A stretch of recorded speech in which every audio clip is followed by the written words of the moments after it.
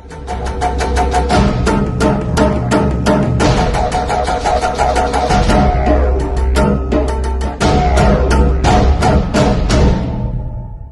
விண்ணையும் இந்த மண்ணையும் இந்த மண்ணில் என்னையும் அண்ட சராசரங்கள் அனைத்தையும் படைத்து பரிபாலித்து கொண்டிருக்கக்கூடிய எல்லாம் வல்ல ஏக இறைவனை வணங்கியும் தாய் தமிழ் உறவுகளுக்கு வாழ்த்துக்களையும் கூறி தூங்குகிறேன். என்னவென்றால், தற்பொழுது ஒன்றிய அரசு CAA எனப்படக்கூடிய இந்திய குடியுரிமை திருத்த சட்டத்தை இந்த தேசத்தில் அமல்படுத்துவதாக அறிவித்திருக்கிறது. இந்த மேலோட்டமாக பார்த்தால், இந்த குடியுரிமை திருத்த சட்டம், அதாவது CAA எனப்படக்கூடிய சிட்டிசன்ஷிப் அமெண்ட்மெண்ட் ஆக்ட் என்பது மேலோட்டமாக பார்த்தால் இந்த தேசத்திற்கு அகதிகளாக வரக்கூடியவர்களுக்கு குடியுரிமை வழங்குவதற்கான ஒரு திருத்த சட்டம் தானே, இதை ஏன் இஸ்லாமியர்கள் எதிர்க்கிறார்கள் என்பதாக மேலோட்டமாக பார்த்தால் தெரியும். ஆனால் அந்த சட்டம் எப்படி கூறப்படுகிறது என்றால், அந்த சட்டத்தின் அடிப்படையில் இந்திய தேசத்திற்கு அகதிகளாக வரக்கூடியவர்கள் 6 ஆண்டுகள் இந்த தேசத்திலே வசித்திருந்தால் அவர்களுக்கு குடியுரிமை வழங்குவதாக கூறுகிறது. அப்படி கூறுவது அகதிகளாக வருபவர்களுக்கு குடியுரிமை வழங்குவது மனிதாபிமான அடிப்படையில் சரிதான் என்பதாக தோன்றினாலும், அந்த சட்டத்தில் ஒரு பிரிவு இருக்கிறது. என்னவென்றால், அந்த பிரிவில் நீங்கள் அந்த அண்டை நாடுகளிலிருந்து வரக்கூடிய இஸ்லாமியர்கள், அதே போன்று இலங்கையிலிருந்து வரக்கூடிய தமிழ் இந்துக்கள் ஆகியோருக்கு மட்டும் அந்த குடியுரிமை சட்டத்தில் எத்தனை ஆண்டுகள் வசித்திருந்தாலும் அவர்களுக்கு குடியுரிமை வழங்க இயலாது என்கிற ஒரு பிரிவும் அதில் இருக்கிறது.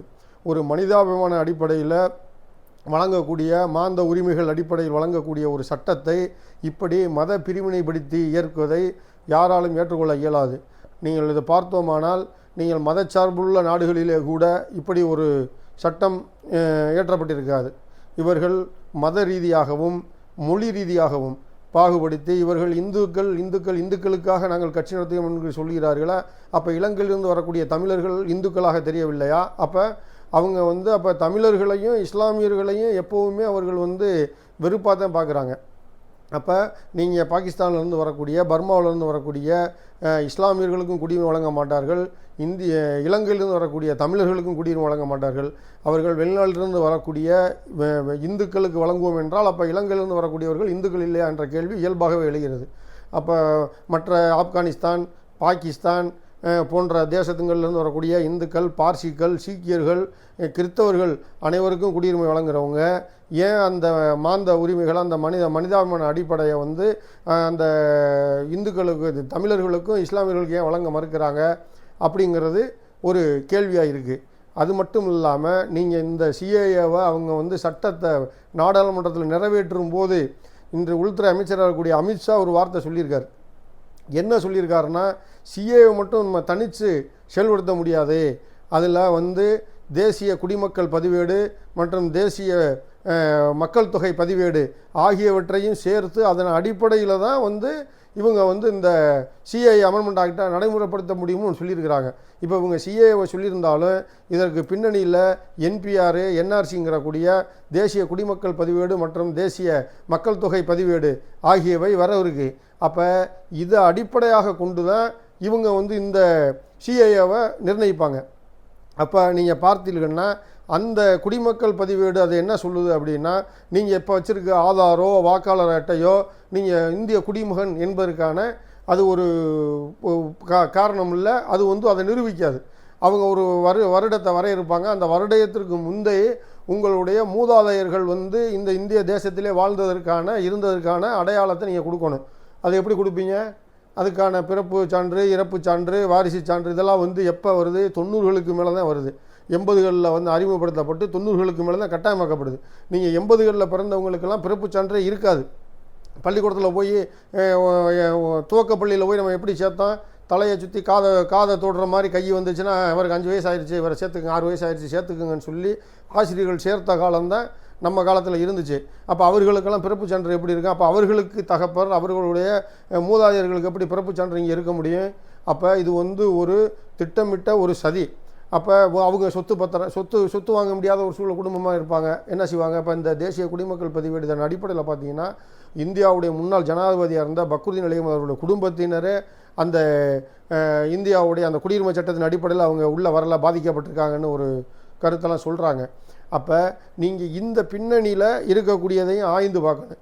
அப்போ நீங்கள் இந்த மாதிரியான ஆவணங்களை நீங்கள் அவங்க வர இருக்கக்கூடிய ஆண்டுகளுக்கு முன்னாடி இந்தியாவில் உங்களுடைய மூதாதையரோ குடும்பத்தினோ வாழ்ந்ததற்கான அடையாளங்களை அதுக்கான ஆதாரங்களை சமர்ப்பிக்க தவறினால் நீங்கள் அகதிகளாக்கப்படுவீர்கள். அப்படி அகதிகளாக்கப்படும் பொழுது இந்த இந்திய தேசத்திலே பூர்வீகமாக பாகிஸ்தான் நாடு பிரிவின் போது கூட பாகிஸ்தானுக்கு செல்லாமல் இந்தியாவிலே குடியிருப்போம் என்பது கூறியதாக இஸ்லாமியர்களும் மற்றவர்களும் இதில் எப்படி பாதிக்கப்படுவாங்க? அப்போ இந்த குடிமக்கள் பதிவேடு இந்த விஷயத்தை பார்க்கணும்.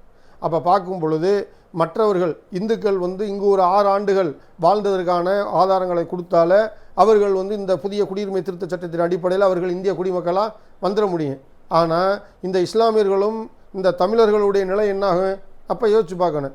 அப்போ அவர்கள் 6 ஆண்டுகள் குடியிருந்ததுக்கான அதுக்கான ஆதாரங்களை கொடுத்தாலும் அவர்கள் குடிமக்களாக ஏற்கப்பட மாட்டார்கள். அப்போ அது இந்த சிஏஎன் அடிப்படையில் இஸ்லாமியர்களும் தமிழர்களும் எத்தனை ஆண்டுகள் இங்கு வாழ்ந்ததற்கான ஒரு ஆதாரங்களை சமர்ப்பித்தாலும் அவர்கள் இந்த சிஏஎன் அடிப்படையில் அவர்களுக்கு குடியுரிமை வழங்கப்படாது. இந்த குடியுரிமை திருத்த சட்டம் புதுசாக பாரதிய கொண்டு வந்த அடிப்படையில் அப்போ தமிழர்களும் இஸ்லாமியர்களும் அதில் குடிமக்களாக வரமாட்டாங்க. அப்போ அவர்கள் அந்த என்பிஆர் என்ஆர்சி போன்றதுகளை பதிவேற்ற முடியாது. அவர்கள் அகதி முகாமில் அடைக்கப்படுவார்கள். இப்போ நம்ம அகதி முகாம்லாம் எப்படி இருக்குன்னு பார்க்குறோம். நீங்கள் இலங்கை அகதி முகாம் தமிழகத்தில் ஆங்காங்கே இருக்குது. அவங்க அவங்களுடைய அகதி முகாம்கள் அது என்ன குடியிருப்புகளாக இருக்குது? அது கொடும் சிறையாக தான் இருக்குது, திறந்த வெளி சிறையாக தான் இருக்குது. அவங்களுக்கு பிறந்து அவங்க பேரம்பேத்தி எடுத்தவங்கெல்லாம் இங்கே பேரம்பேத்தி எடுத்தவங்கெல்லாம் இருக்கிறாங்க. இலங்கையே அறியாதவர்களும் இங்கே இருக்கிறாங்க. அவங்களுக்கு கூட இன்னும் குடியுரிமை கொடுக்கப்படலை. அப்போ இந்த சட்டம் இயற்கையிலே பாகுபாடான சட்டம். இது இஸ்லாமியர்களை பாதிக்காது, தமிழர்களை இங்குள்ள இஸ்லாமியர்கள் இங்குள்ள தமிழர்களையும் பாதிக்காது அப்படின்னு சிஏ சொல்கிறவங்க அதுக்கு பின்னணி இருக்க என்பிஆர் என்ஆர்சியோடு இதை பொருத்தி பார்க்கணும். ஏன்னா அதை சொன்னதே உள்துறை அமைச்சர் அமித்ஷா தான் சொல்கிறாரு. என்பிஆர் என்ஆர்சியை வைத்து தான் இந்த சிஏவை நாங்கள் நடைமுறைப்படுத்த முடியும், வெறும் சிஏவை மட்டும் நாங்கள் நடைமுறைப்படுத்த முடியாதுங்கிறதையும் அந்த அமித்ஷா சொல்லியிருக்காருங்கிறதையும் மனசில் வச்சு இந்த நடுநிலை சமூகமும் பிற மக்களும் இதை இந்த சட்டத்தை திருத்த சட்டத்தை பார்க்கணும். அப்போ திட்டமிட்டு தமிழர்களையும் இஸ்லாமியர்களையும் இந்த தேசத்திலிருந்து விரட்டக்கூடிய நோக்கில் உருவாக்கப்பட்டது தான் இந்த சிஏஏ என்பிஆர் என்ஆர்சி போன்ற கொடுஞ்சட்டங்கள். அதனால் இந்த சட்டத்தினால் யாருக்கு என்ன பாதிப்பு என்ன ஏது அது இங்கே உள்ள இஸ்லாமியர்களுக்கெல்லாம் இல்லை அப்படின்னு சொல்லக்கூடிய அரசியல்வாதிகளும் ஜிகே வாசனு போன்ற அந்த பாரதிய ஜனதாவில் ஒரு ஒத்த ஓட்டு தலைவர்களாக தங்களுடைய பதவிகளுக்கு மீண்டும் பாரதிய ஜனதா ஆட்சி வந்தால் நமக்கு ஒரு மந்திரி கொடுத்துட மாட்டானா, ஒரு நியமன எம்பி கொடுத்துட மாட்டானா, வாரியம் கொடுத்துட மாட்டான்ற நப்பாசையில் நாக்க தொங்க போட்டுக்கிட்டு போகக்கூடிய அந்த தமிழகத்தினுடைய இந்த அரசியல் தலைவர்களும் இதை புரிஞ்சுக்கொள்ளணும். புரிந்து கொண்டு இருக்கிறாங்களா, புரியாமல் இருக்கிறாங்களா, இல்லை சுயலாபத்துக்கு இருக்கிறாங்களா அப்படின்னு கூட தெரியலை. அதனால் இதை நியாயப்படுத்ததை விட்டு இந்த சிஏஏ இந்த சட்டம் தவறானது.